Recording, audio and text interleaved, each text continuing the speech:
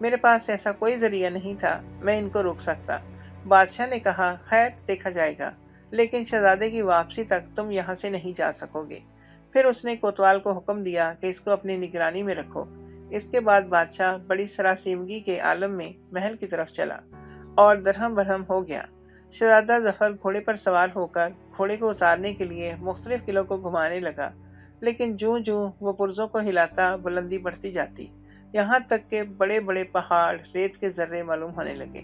اس وقت ظفر کی اتنی طبیعت گھبرائی کہ ممکن تھا وہ اپنا توازن کھو بیٹھتا، لیکن بڑی جدوجہد سے اس نے اپنے آپ کو سنبھالا اور اوسان بحال کر کے سوچا کہ کوششیں جاری رکھنی چاہیے۔ بہرحال اترنے کے لیے کوئی نہ کوئی تو پرزہ ضرور ہوگا۔ بڑی دیر کی کوشش کے بعد آخر اس کی بائیں جانب ایک کل ملی، جب اس کو گھمایا تو گھوڑا نیچے اترنے لگا۔ ظفر کو بہت تسلی ہوئی اور آہستہ آہستہ ایک جگہ اتر گیا۔ یہ رات کا وقت تھا، اس کو کوئی اندازہ نہ ہو سکا کہ میں کہاں ہوں۔ گھوڑے سے اتر کر جب اس نے غور کیا تو معلوم ہوا وہ کسی محل کی چھت پر کھڑا ہے۔ وہ خوفزدہ ہو گیا کہ اگر کسی نے مجھے دیکھ لیا تو کیا خیال کرے گا، ممکن ہے چور سمجھ کر گرفتار ہی کر لیا جائے، اور وہ دیر تک اسی ششپنج میں مبتلا رہا۔ آخر اس نے یہی فیصلہ کیا کہ جو کچھ بھی ہوگا نیچے اتر کر دیکھنا چاہیے کہ کس کا مکان ہے۔ ممکن ہے میری حالت پر رحم آ جائے، لیکن اگر امید کے خلاف کوئی خطرہ نظر آیا تو گھوڑے پر سوار ہو کر اڑ جاؤں گا۔ یہ طے کر کے شہزادہ ظفر زینے کی تلاش میں ادھر ادھر پھرنے لگا۔ معمولی جستجو کے بعد اسے زینہ مل گیا اور وہ بغیر کسی آہٹ کے نیچے اترنے لگا۔ اندر سے محل نہایت آراستہ تھا، ہر طرف شمعیں جل رہی تھیں۔ دالان میں کئی خواجہ سرا آرام کی نیند سو رہے تھے۔ اس سے آگے کمرے میں چند نہایت حسین سلونی رنگ کی کنیزیں محو خواب تھیں۔ بادشاہ نے اندازے سے معلوم کر لیا کہ شاہی زنانہ محل ہے۔ ہمت کر کے اور آگے بڑھا تو ایک کمرے کے دروازے پر ریشمی پردے لٹک رہے تھے۔ جا بجا نہایت نایاب تصاویر آویزاں تھیں۔ اندر گیا تو دیکھا ایک نازک سے چھپر کھٹ پر ایک حسین و جمیل نوعمر شہزادی شب خوابی کے لباس میں آسودہ خواب تھی۔ ظفر رانی کا جمال دیکھ کر ہزار جان سے عاشق ہو گیا۔ اتفاقاً شہزادی کی آنکھ کھل گئی اور وہ اپنے کمرے میں غیر شخص کو دیکھ کر ڈر گئی۔ قریب تھا کہ اس کی چیخ نکل جائے، لیکن شہزادے نے ہاتھ باندھ کر عرض کی کہ سزا سے پہلے میری داستان مصیبت سن لیجیے۔ مجھے یقین ہے کہ یہ عجیب و غریب رودات سن کر آپ بھی مجھ سے ہمدردی کرنے پر مجبور ہو جائیں گی۔ شہزادی اس عرصہ میں اپنے اوسان بحال کر چکی تھی۔ اب جو اس نے غور سے دیکھا ظفر کو تو اس کے دل کو بھی کونے میں پیار جاگا۔ شہزادی نے کہا، بیٹھ جاؤ اور مجھے بتاؤ کہ تم کون ہو اور کس طرح یہاں تک پہنچے۔ شہزادے نے ایک طرف بیٹھ کر ادب سے اپنا واقعہ سنایا کہ میں ایران کا شہزادہ ہوں۔ آج صبح عید کے روز ایک ہندی کاریگر کل کا گھوڑا لایا جس کو میرے والد نے تجربے کے بعد بے حد پسند کیا، لیکن اس کاریگر نے معاوضے میں بادشاہ کی بیٹی کا رشتہ مانگا۔ بس میں غیرت کے جوش میں بغیر گھوڑے کی پوری ماہیت دریافت کرنے اس پر بیٹھ گیا اور اڑا لیا، لیکن اتارنا نہ جانتا تھا۔ تمام دن ہوا میں اڑتا رہا اور یہ ارادہ تھا کہ اس کو تباہ کر دوں گا تاکہ ایک ادنا آدمی سے بہن کی شادی کو روک سکوں۔ میں اڑنے کو تو فوراً اڑ گیا، اب مشکل نیچے اترنے کی کل معلوم ہونے سے اندھیرے میں آپ کی محل کی چھت پر اتر گیا اور راستے کی تلاش میں یہاں تک آیا، لیکن یہاں آ کر میں اپنے آپ کو بھول گیا۔ شہزادی ظفر کا آخری فقرہ سن کر شرما گئی اور پھر ہلکی سی مسکراہٹ کے ساتھ کہنے لگی، آپ کی داستان واقعی عجیب ہے، لیکن اطمینان رکھیے، یہاں آپ کو کوئی تکلیف نہیں ہوگی۔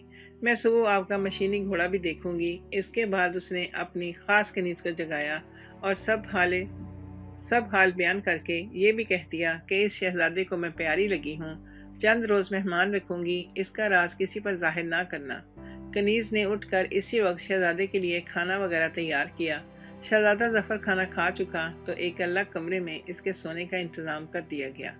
دوسرے روز شہزادی نے کہلا بھیجا کہ تم ابھی باہر نہ نکلنا، میں وہیں آ کر ملوں گی۔ ظفر ضرورت سے فارغ ہو کر اس کے انتظار میں بیٹھ گیا۔ تھوڑی دیر میں شہزادی آئی اور مختلف موضوعات پر گفتگو کرتی رہی۔ دوران گفتگو میں شہزادے کو معلوم ہوا کہ جہاں میں آج ہوں یہ ملک بنگلہ ہے اور میری محسنہ یہاں کی شہزادی ہے۔ بنگالی شہزادی نے بڑی احتیاط سے اس کو محل میں رکھا۔ چند روز میں دونوں بے تکلف ہو گئے۔ ظفر نے اپنی محبت کا اظہار کیا، شہزادی نے شرما کر اس کی پوری پذیرائی کی اور ایک روز کہنے لگی کہ آپ میرے والد سے ملیں، اور اظہار محبت کر دیں۔ مجھے یقین ہے کہ وہ منظور کر لیں گے۔ شہزادے نے عرض کیا کہ اس غریب الوطنی کی حالت میں کیسے ان کو یقین آئے گا کہ میرا ملک یہاں سے بہت دور ہے۔ اگر وہاں سے خبر منگائی گئی تو برس گزر جائیں گے۔ میں اپنے باپ کا اکلوتا بیٹا ہوں اور وہ مجھ سے اتنی محبت کرتے ہیں کہ اگر میری اطلاع انہیں جلدی نہ ملی تو ممکن ہے جانبر نہ ہو سکیں۔ میں تو یہ چاہتا ہوں کہ میں اور تم مشینی گھوڑے پر سوار ہو کر ایران چلیں۔ وہاں میں اپنے والد کو شادی کے لیے مجبور کر لوں گا، اور جب ایک دفعہ یہ فرض ادا ہو گیا تو انہی کی معرفت تمہارے والد سے بات چیت کر لی جائے گی، اور امید ہے کہ وہ بھی معاف کر دیں گے۔ شہزادی بنگلہ، جو ظفر سے بے حد محبت کرنے لگی تھی، راضی ہو گئی، اور ایک روز دونوں ملازمین کی نگاہوں سے بچ کر مشینی گھوڑے پر سوار ہو کر ایران جا پہنچے۔ شہزادے نے بیرون شہر اپنے محل میں اس کو ٹھہرایا اور داروغوں کو تاکید کر دی کہ شہزادی کو کوئی تکلیف نہ ہو۔ اس کے بعد خود باپ کی خدمت میں حاضر ہوا۔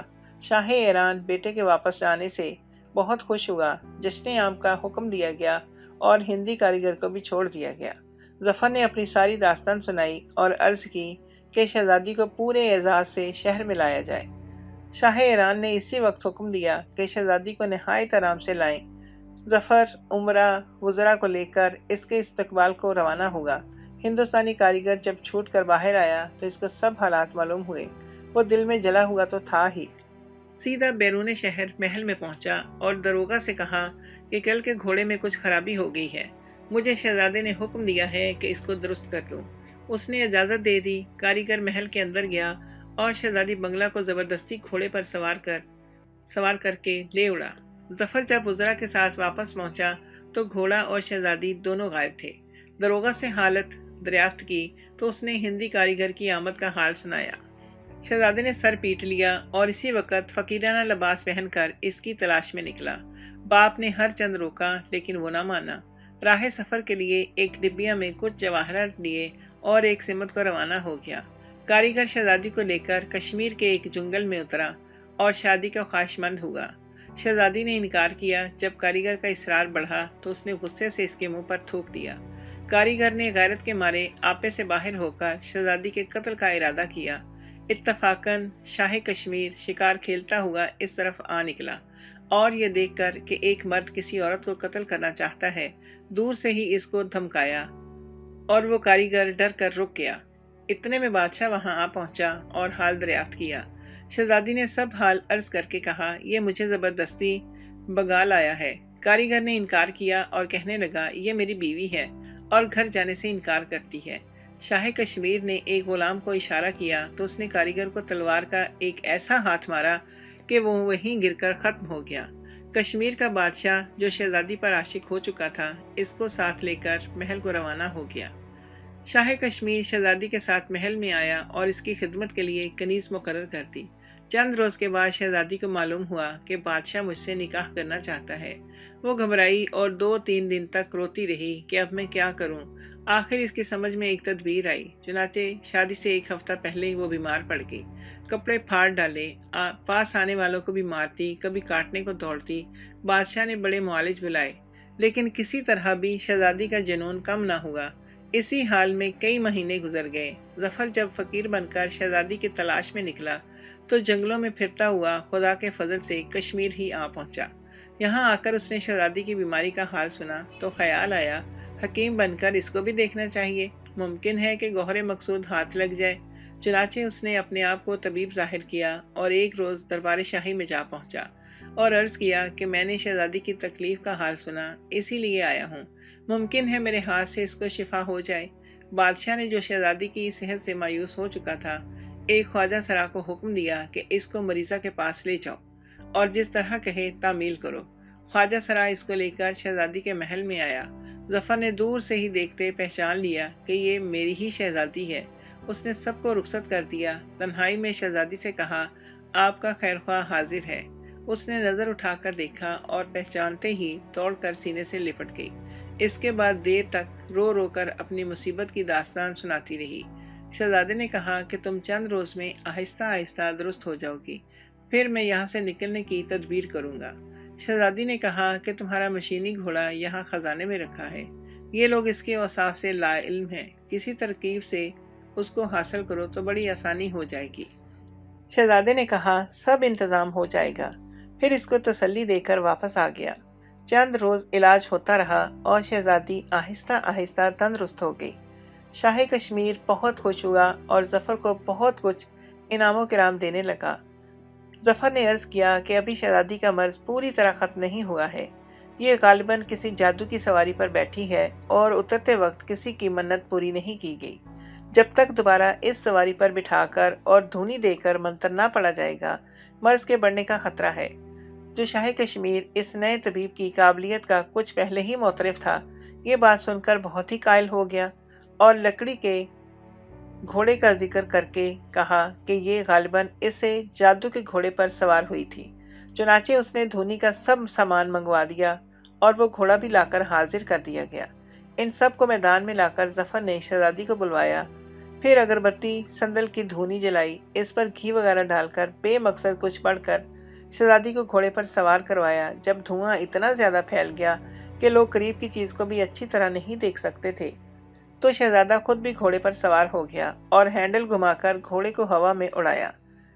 پھر پکار کر آواز دی، او ظالم شاہ کشمیر، شہزادی میری محبوبہ تھی، تو زبردستی اپنے قبضے میں لانا چاہتا تھا، اب میں اس کو لیے جا رہا ہوں، تیرے لیے یہی سزا کافی ہے کہ تو اس کی یاد میں تڑپتا رہے۔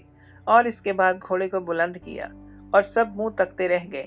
ظفر شہزادی کو لے کر اپنے محل میں اترا اور اس کے آنے سے بادشاہ بہت خوش ہوا اور بڑے اہتمام سے شہزادی اور ظفر کی شادی کر دی۔